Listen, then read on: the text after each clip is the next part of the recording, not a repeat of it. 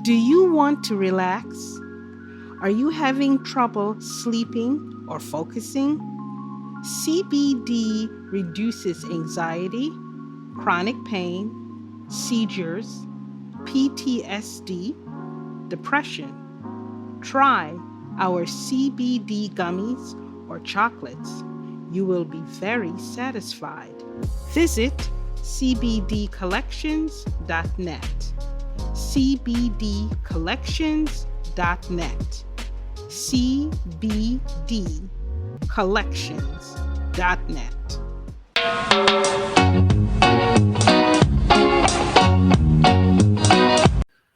Hey folks, Chris Daley here from Jamaican Chat, and it's my delight to always have Jamaicans doing extraordinary stuff. And today we have Kirly Sue.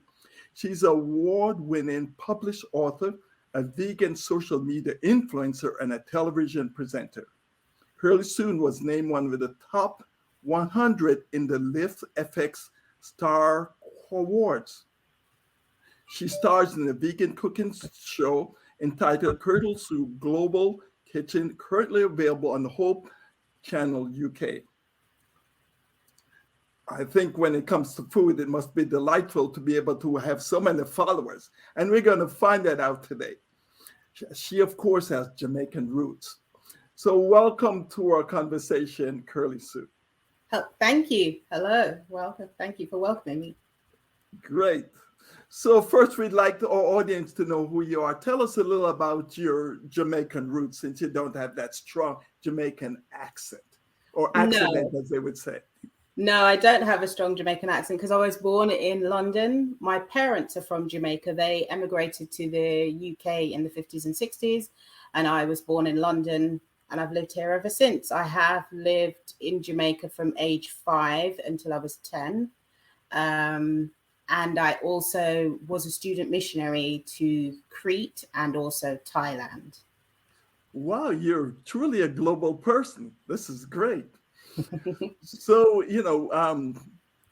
given that you're this vegan expert influencer, when did this idea of being a vegan come into your consciousness and practice?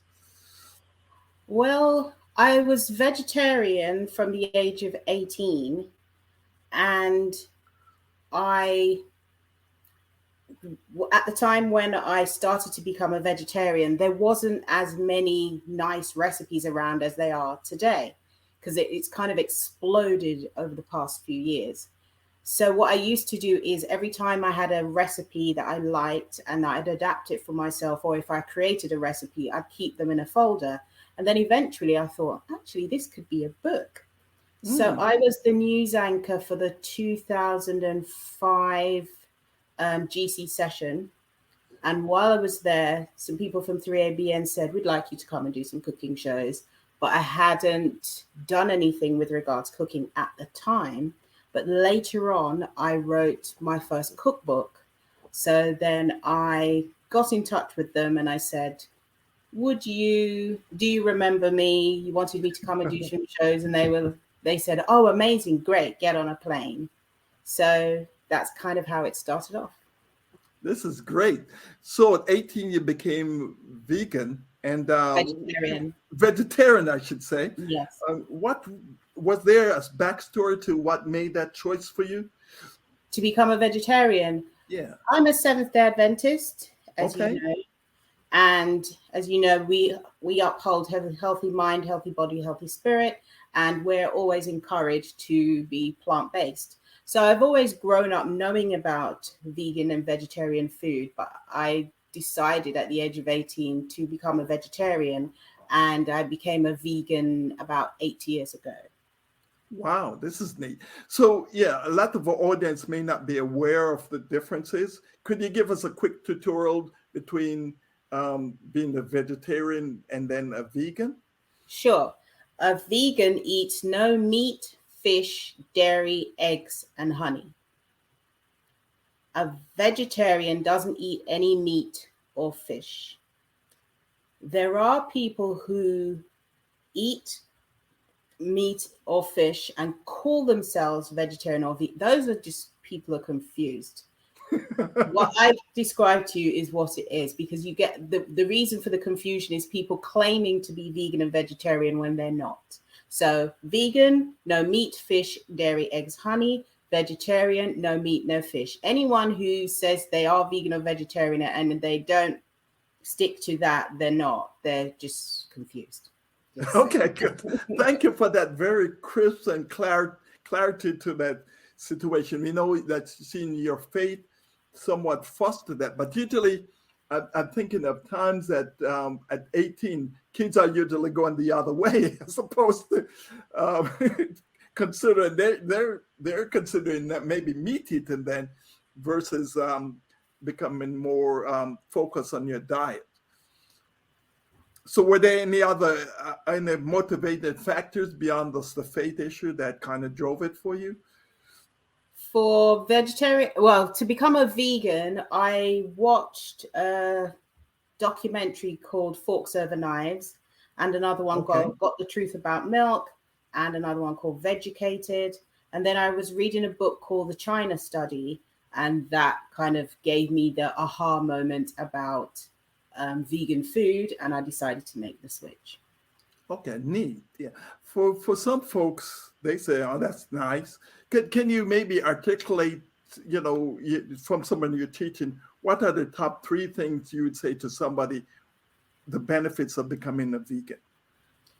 The benefits of becoming a vegan are you suddenly become more aware of what you're eating in terms of scrutinizing it. That's one thing. It's actually cheaper. If you buy all the processed junk stuff, it's not cheaper.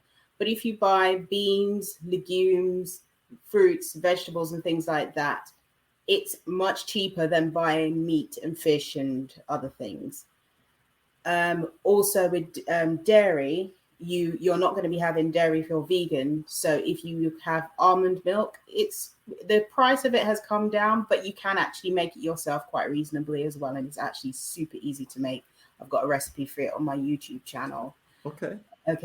The other thing I would say is it helps with sustainability, because part of the problem with climate change and resources in the world in terms of food and so forth is because of the demand for meat, particularly beef.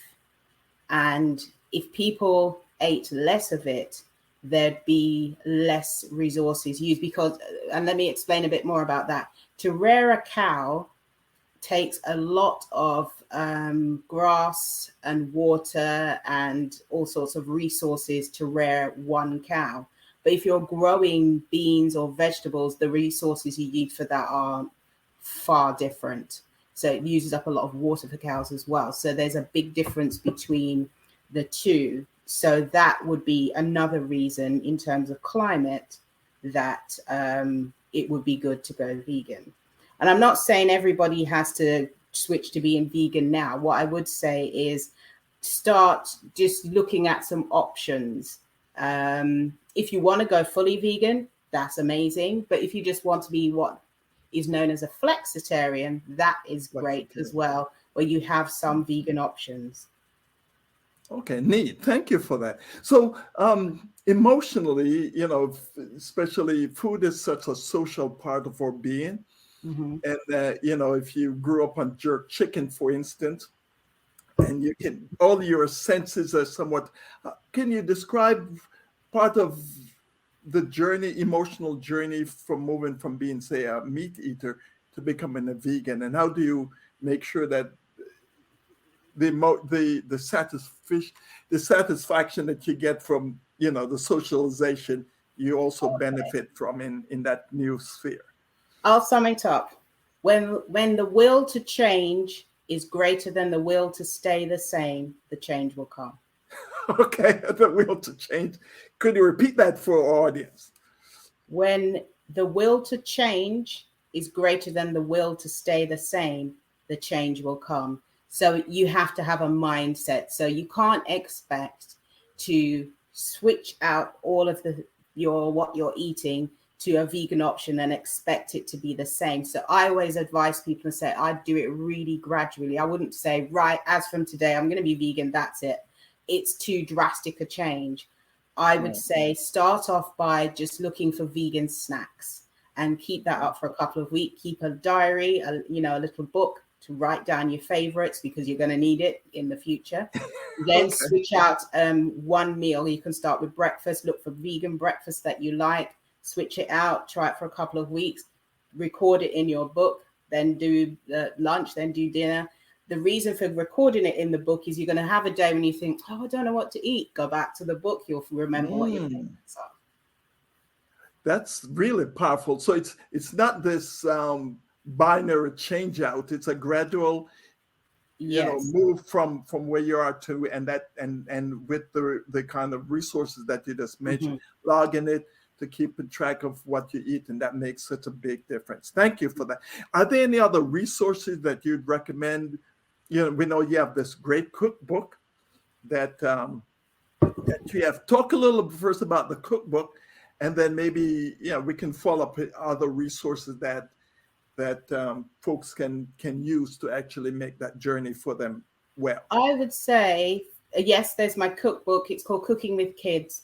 Fun fact about my cookbook, even though it's a kids cookbook, a lot of people buy it who are adults and they don't even have any kids because they just want something that's easy to use, first of all. So Cooking with Kids is available from my website, www.kirlysueskitchen.co.uk. Kirly spelled Kirly, so Kirly Sue's Kitchen. So if they go on there, go to shop, click, and you can buy the book. The publishers, Stanborough Press, deliver anywhere in the world, providing you click the right button for the area in the world in which you live, then you're fine. So there's that. Other resources are, yes, cookbook. I would say do a cookery course. My YouTube channel has lots of recipes on there that you can use. I'm on Instagram. There's lots of recipes on there as well. And I'd say start making a little folder of stuff that you like and building up a new repertoire bit by bit, basically. So talk a little about, because you have these YouTube resources. So you encourage people and you also show them how to prepare the meals, Yes. Okay. Is there a favorite that you find that you really recommend people? It's an easy start for if they're going to start this journey. Yeah, butter bean and lentil curry is really easy. Chickpea nuggets. There's pulled jackfruit. My best performing video is actually how to make a vegan sponge cake. Who knew that? Well, it's approaching almost 400,000 people have watched the video. Wow! To make a cake. So yeah, there's a sponge cake. Yeah. Okay. How to make a vegan sponge cake. So there's that on there. There's lots of great options on there, definitely. And I upload weekly, so there's always tons. Always is. Do you have, as you mentioned, cake? How does sugar play in the mix of being a vegan? There are certain types of sugar that are not suitable for vegans because they're made using bones to grind them or something like that. But I think you have to look on the packaging to determine that that's okay. But also I try not to use too much processed sugar because it's not great for you. I think cake is for special occasions. It's not daily bread. So it's okay for it. It's not daily bread. Yes. I like the way you put that. Yeah. That's great. So now give us this day of sponge cake. Yeah. Yeah. So, one of the folks I know, people like myself who, to make changes, or business time is usually of the essence. So speak to us about the time element it takes to do some of these things. It seemed like from what you said, they're simple enough. It's not a lot of time as opposed to eating out, or are there restaurants that do support vegan style that you also would recommend? There's loads. It depends where you are in the world. There's lots of vegan options. There's an app called Happy Cow. And when you go on there, it shows you, you put in the city that you're in the world, and it will tell you where all the vegan restaurants are near to wherever you are. Wow. So, Could you repeat the name of that app again? Happy Cow. Like a happy cow. Okay. The cow is celebrating because it's not being eaten. Not being That's eaten, the yeah. idea. Because I was thinking, I thought, why is it called Happy Cow? And I thought, oh, of course the cow would be happy. Yeah, so it's Happy Cow. So that's really useful. In terms of cooking vegan food, sometimes people get in their own head about it and think it's going to be really complicated. And I promise you it's not.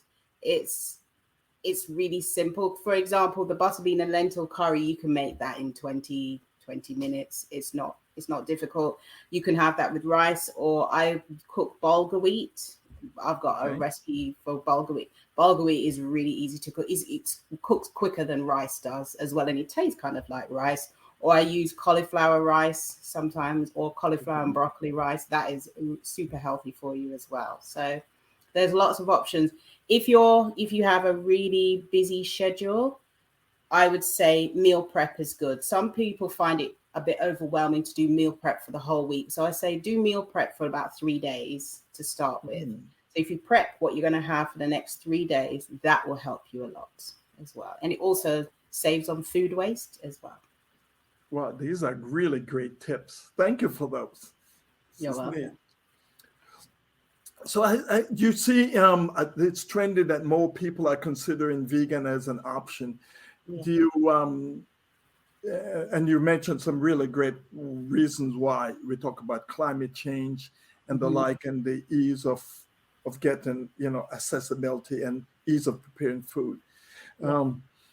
If you should put on your crystal ball and should the world last another 5 years, how do you see the vegan movement growing? I think it's going to be even more popular and even more the norm, because if you go back 10 years, there were not the options that you see today. And if you even go back even before that, about 20 years, there were vegan things around, like vegan cheese, but I don't know who was making these things, because they were just not tasty at all. But nowadays, they've got better at it. More manufacturers have jumped on the vegan bandwagon, which is great.